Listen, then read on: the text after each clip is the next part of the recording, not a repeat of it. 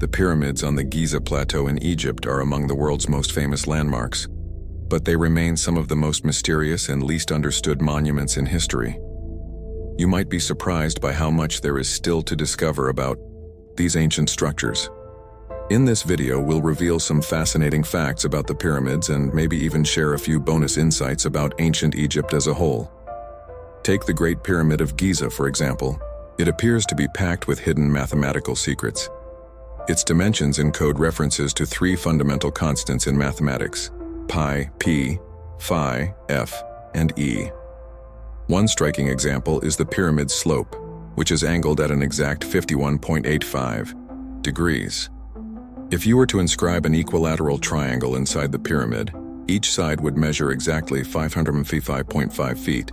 That's 6,666 inches. Place a circle inside and its diameter would be 365.2242 feet, the precise length of the Earth's tropical year in days. Digging deeper, you find repeating numbers and strange patterns hidden in various shapes: cones, rectangles, squares, and smaller circles. But here's the kicker. Feet and inches weren't even invented until thousands of years after the pyramids were built. So did the ancient Egyptians somehow know about these units long before they officially existed? Or is this just a coincidence fueled by overzealous mathematicians? We'll leave that for you to decide. Still, such geometric precision in a structure, so ancient, feels like more than just chance. The location of the pyramids is just as deliberate and enigmatic. They were all constructed on the west bank of the Nile, an area traditionally linked with the afterlife in Egyptian mythology. Some experts believe the three main pyramids at Giza were aligned with the stars in Orion's belt. Although today, this alignment might not be obvious, the night sky looked quite different 4,500 years ago. Skeptics argue that since the pyramids were built at different times, a planned alignment seems unlikely, but supporters counter that even if they weren't all built simultaneously, the alignment could have been intended from the construction of the second pyramid onward, and there's still debate about the exact dates of their construction. Some theories go further, suggesting the shafts inside the pyramids align with specific constellations as they appeared in that era, serving as symbolic stairways to the heavens. Is this true? What do you think? Now let's talk about Hetepheres, one of ancient Egypt's most important yet least known women. She was the wife of Sneferu, who ruled around 2613 to 2589 BCE, and mother to Khufu, the pharaoh linked to the Great Pyramid.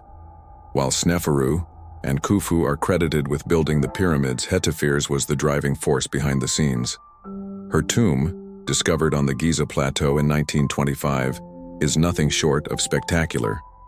Though it was looted long ago, the remaining treasures, like a wooden carrying chair, a portable pavilion, a bed, and a pair of armchairs, are remarkably well preserved.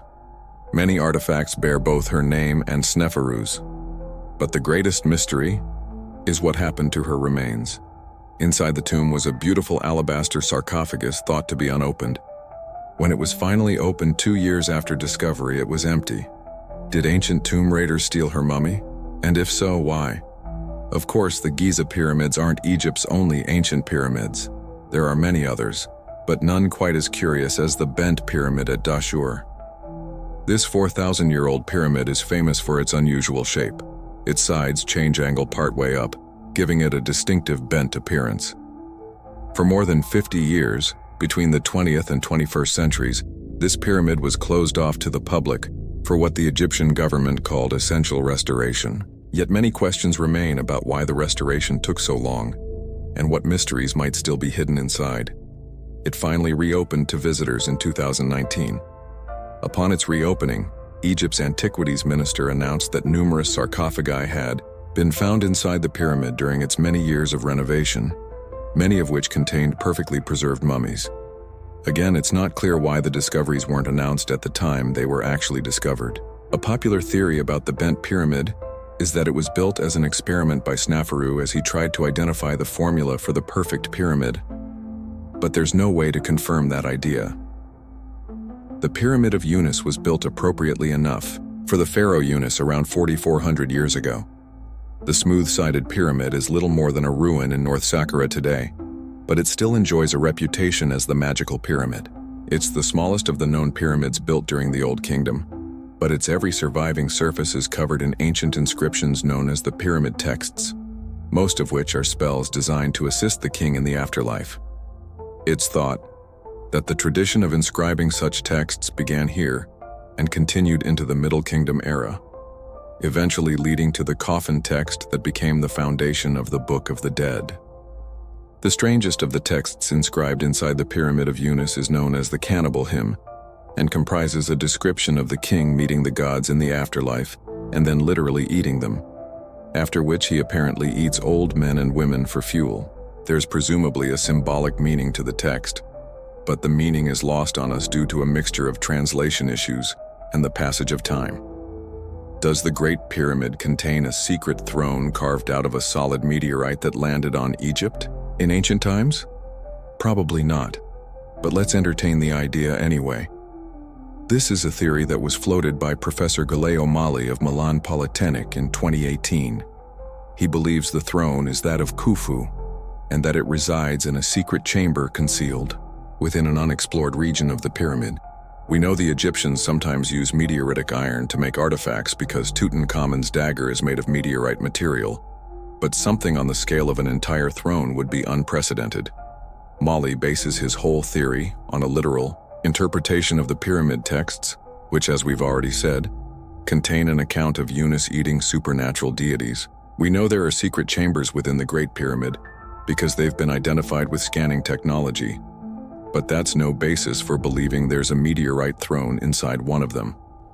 Instead of looking for the throne, perhaps we should be looking into Professor Mali's qualifications to ensure that he's a real professor. Speaking of outlandish claims, what should we make of a bizarre video that was filmed in Cairo in August 2019? It appears to show a mysterious object emerging from a fireball directly above the Great Pyramid of Giza. The video footage speaks for itself. In it, we see a fireball, possibly a meteorite arcing through the night sky. However, just as it's about to move out of view, a second orb-shaped object seems to detach from it and move away in a different direction.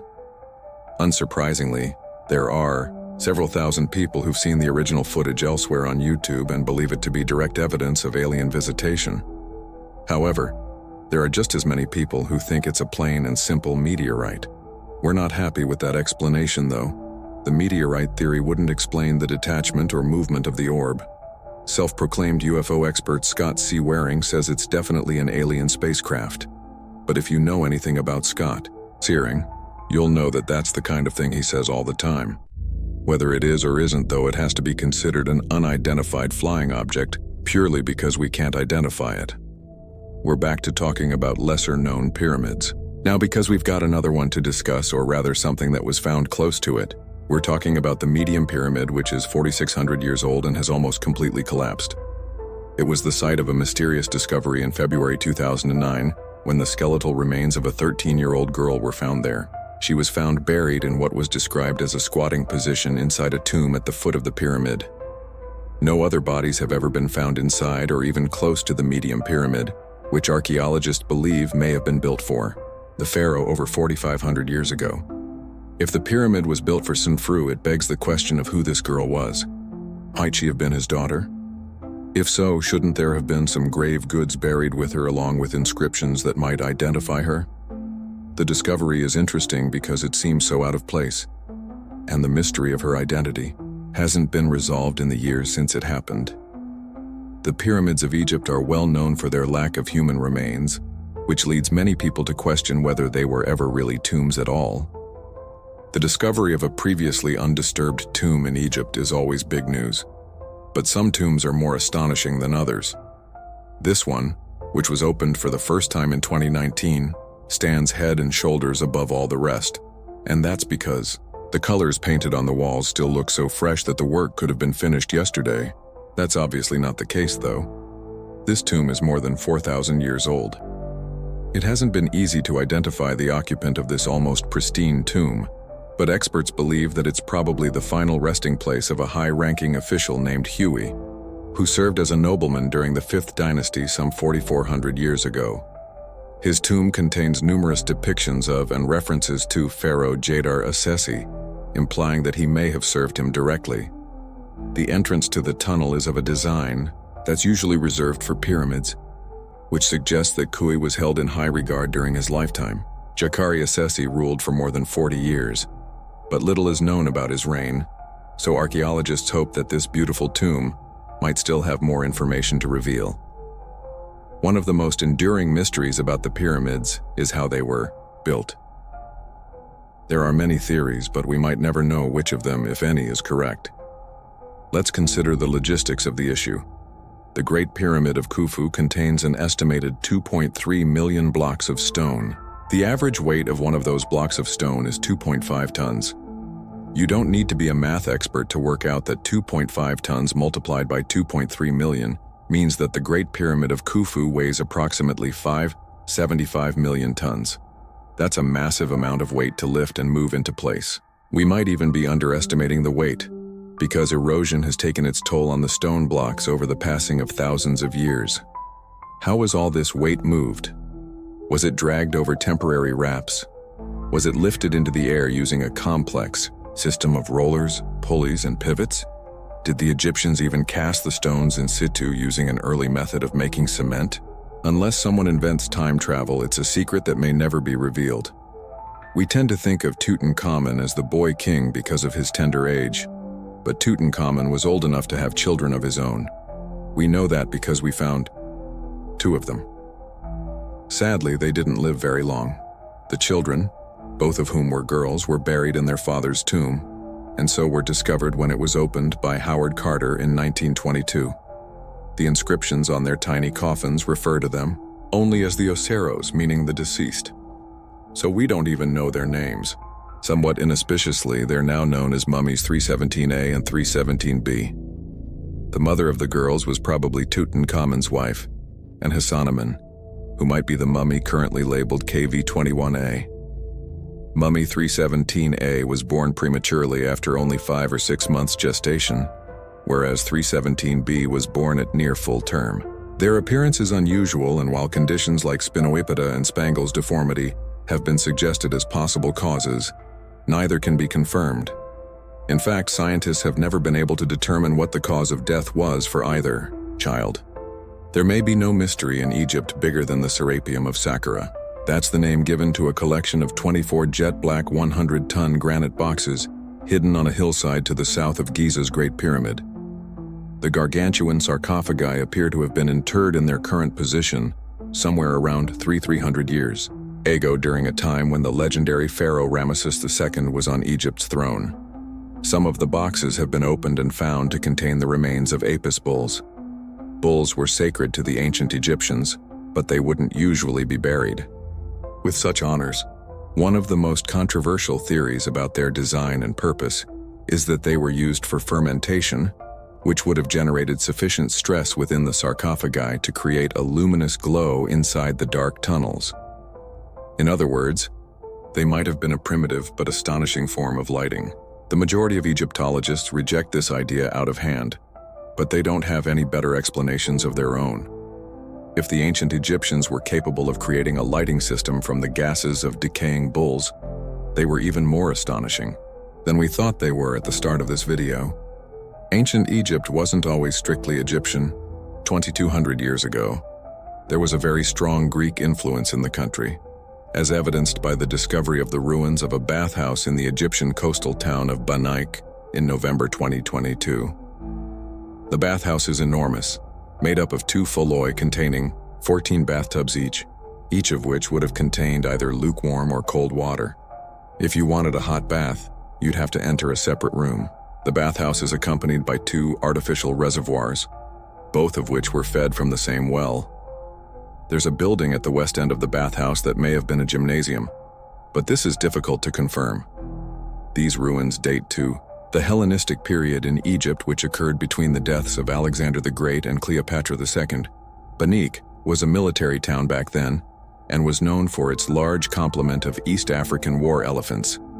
It's likely that this bathhouse was built purely for the enjoyment of the military, but the elephants wouldn't have been invited in. We tend to think of counterfeit money as a modern-day problem, but humans have been attempting to get away with fraud for as long as they've existed.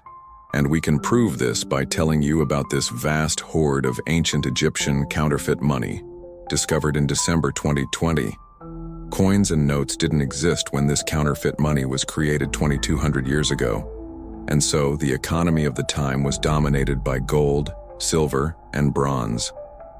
Unfortunately, when several Bronze Age civilizations collapsed within a few decades of each other in the Eastern Mediterranean, silver became scarce. That led to people taking criminal measures. Archaeologist Zilla Eckel has spent much of his past year studying hoards of what's long been thought to be Bronze Age silver, collected from sites all over Egypt and Israel, only to find that much of it is actually cheap copper alloy coated with silver to make it look like something more valuable. This probably wasn't a con carried out by market traders, though. Zilla thinks it's much more likely that the rulers of Egypt didn't want people in Canaan, which belonged to Egypt back then, to find out they were running out of silver. They ordered the creation of the fake silver to make it appear that they were still rich during a time when everyone else was running low. During the reign of King Ramses II 1,000 years ago, the capital city of Egypt was Piramsi. In early 2017, archaeologists working at a site believed to be one of the famous pharaoh's former palaces in Pyramsi came across a surprising discovery: a set of footprints left behind by children. Footprints were found among the fragments of rare paintings, but the two things aren't thought to be connected. The footprints are preserved at the bottom of a mortar pit and belong to children who were between the ages of 3 and 5 years of age. The painting fragments found with them appear to have been deposited in the pit deliberately, but we're unable to say why. We don't know why there were children at the bottom of the pit either. They'd have been too young to be child workers, and it seems unlikely that children of that age would be cast into a pit as punishment. As with most discoveries that puzzle them, archaeologists have speculated that the reason for the children being in the pit might be related to an unknown ritual or ceremony. There's no evidence to support that idea, but there's no evidence to support any other theory either. Archaeologists who specialize in Egyptology have done a great job of locating many of the tombs of the pharaohs, but they haven't yet found all of them. The tombstone of Thutmose II was still missing, but a discovery made early in 2020 by accident might have put them on the brink of finding it. A Polish team was rummaging through the rubble in the Deir al-Bahari region of the country in the hope of uncovering part of the mortuary temple of Hatshepsut. But they found something quite different and even more remarkable. Instead of temple ruins, they found a 3,500-year-old treasure chest, one that bears an inscription dedicating it to the memory of the lost pharaoh. Measuring little more than a square foot, it's easy to see how the box has been missed by previous researchers for so many years. It looks just like any other piece of rubble until you see it at close quarters. Once the team opened it up, they found a few golden items carefully wrapped in linen, a fossilized goose egg, and the skeletal remains of a sacrificed goose. The placement of the box suggests that a tomb was either created somewhere nearby or was planned to be built somewhere nearby. Archaeologists are betting on the former and hope to be able to find it soon. Apries was not one of the great pharaohs of ancient Egypt, but an artifact from the time of his rule more than 2,500 years. Ego has posed a great mystery to historians. His palace in Memphis was enormous, measuring more than 520 ft by 350 ft. The gate to the palace was a grand affair, featuring several decorated limestone reliefs. Only fragments of the gate exist today, but there's a particular shade of yellow on those surviving fragments that ought not to be there. The Egyptians used a pigment called orpiment to create yellow, but there's more than just orpiment on the yellow colors on the gate. There's arsenic in the paint just as there would be with orpiment, but there's also lead and antimony, plus a layer of wax. Scientists have seen these ingredients in yellow paint before, but it was thought that nobody came up with this particular mixture until the Middle Ages. Lead 10 yellow paint appears, for example, in The Milkmaid by Johann Vermeer, which was painted in 1657. Rather than being a European invention, it seems this pigment was invented in Egypt, forgotten about for 2,000 years, and then reinvented by Europeans. No ancient civilization has been studied more than the Egyptians, and yet, there are still new things to find out about this mighty race and its empire. We don't even fully understand some of the things we found already, like the Temple of K. Ambo. The Mummified remains of several hundred crocodiles were recently found underneath the temple, thus finally explaining some of the markings on the walls. Unusually for Ptolemaic period Egypt, the temple is divided into two. We have 2 halls, 2 courts, 2 sanctuaries, and even 2 entrances. Half of the temple is devoted to worshipping Sobek and the other half to Horus. The Sobek half of the temple is covered in crocodile paintings, but nobody could ever work out why. The paintings earned the temple the nickname House of the Crocodiles. But until the crocodile remains were found, most historians just thought of the artwork as quirky and unexplained. What remains unexplained are the engravings of medical and surgical implements on the temple walls, which are said to be the oldest in the world. Were there 2 separate priesthoods here? Was one devoted to medicine and the other to crocodiles? If so, what did they have in common? The city of Giza, close to Cairo, has been explored more thoroughly by archaeologists than almost any other part of Egypt. It is, after all, the place where the pyramids stand. There are still new discoveries to be made there, though, as evidenced by the discovery of a large ancient building in September 2018. The building has a footprint of 50 square ft and is thought to be a part of a former residential area. There's another building right next to it, containing a Roman bath and a room that appears to have been used for religious rituals.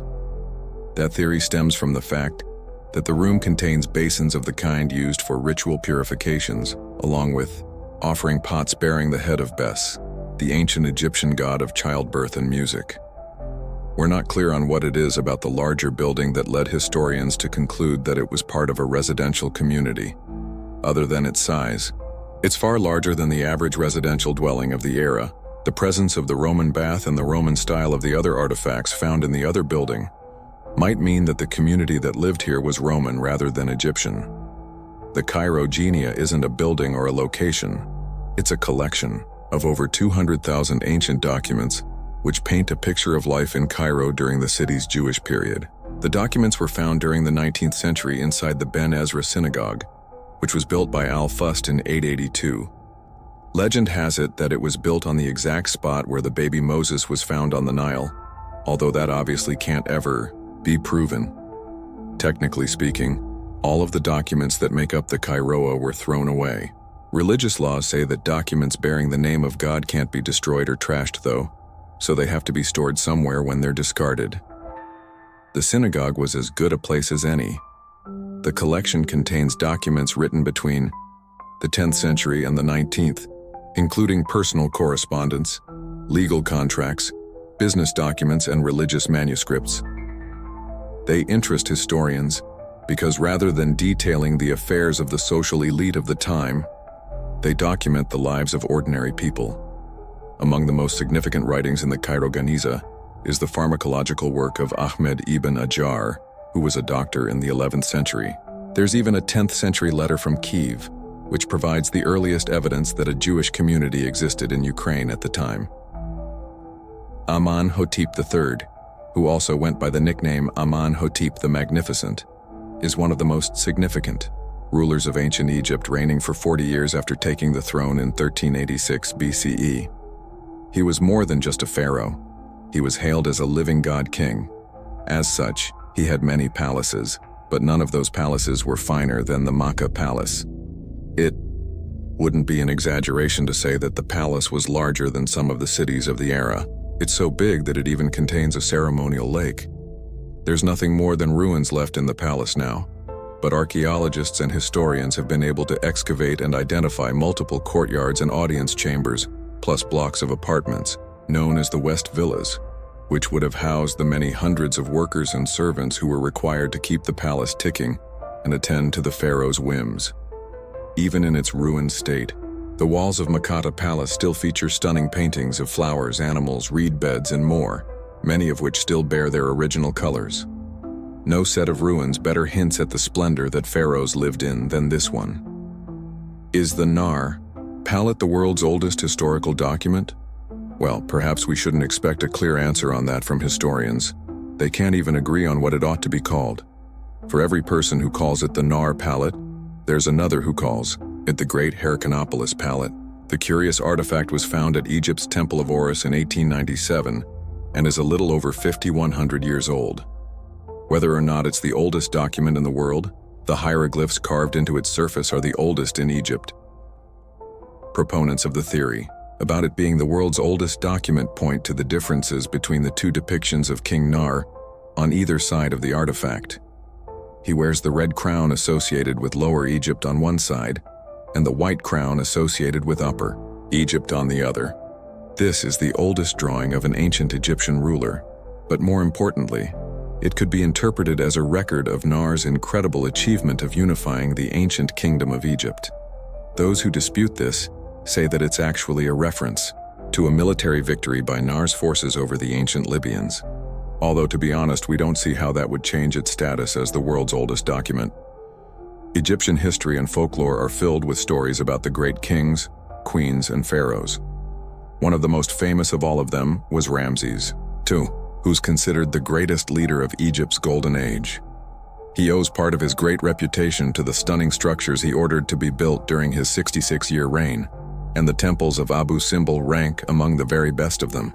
You'll find them just south of Aswan, close to the country's border with Sudan. There are 2 temples at the site, the largest of which was built 200 years ago, and dedicated to Nefertari, the pharaoh's favorite wife. Both temples are still in incredible condition considering their age, with brightly colored carvings and murals still adorning the interior walls. The quietest spot within them, and therefore the best place to sit and quietly gather your thoughts, is the room at the back of the great temple with its 4 giant statues.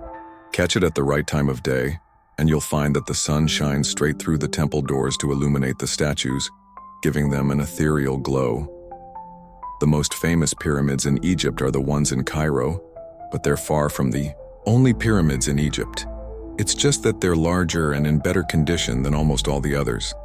As an example, here's what's left of the Pyramid of Seneset II in Kahun. The pyramid was built 3,800 years ago while Senes was still alive, which meant he could give it a name. Somewhat immodestly, he called it Ka-Senisat, which means Seneset shines. Curiously, he chose to have his pyramid built in Kahun rather than Dashur, which is where the pyramid of his father, Amenhotep II, is located. That's a significant break from a tradition that was already well established by that point, and historians aren't sure of the reason for it.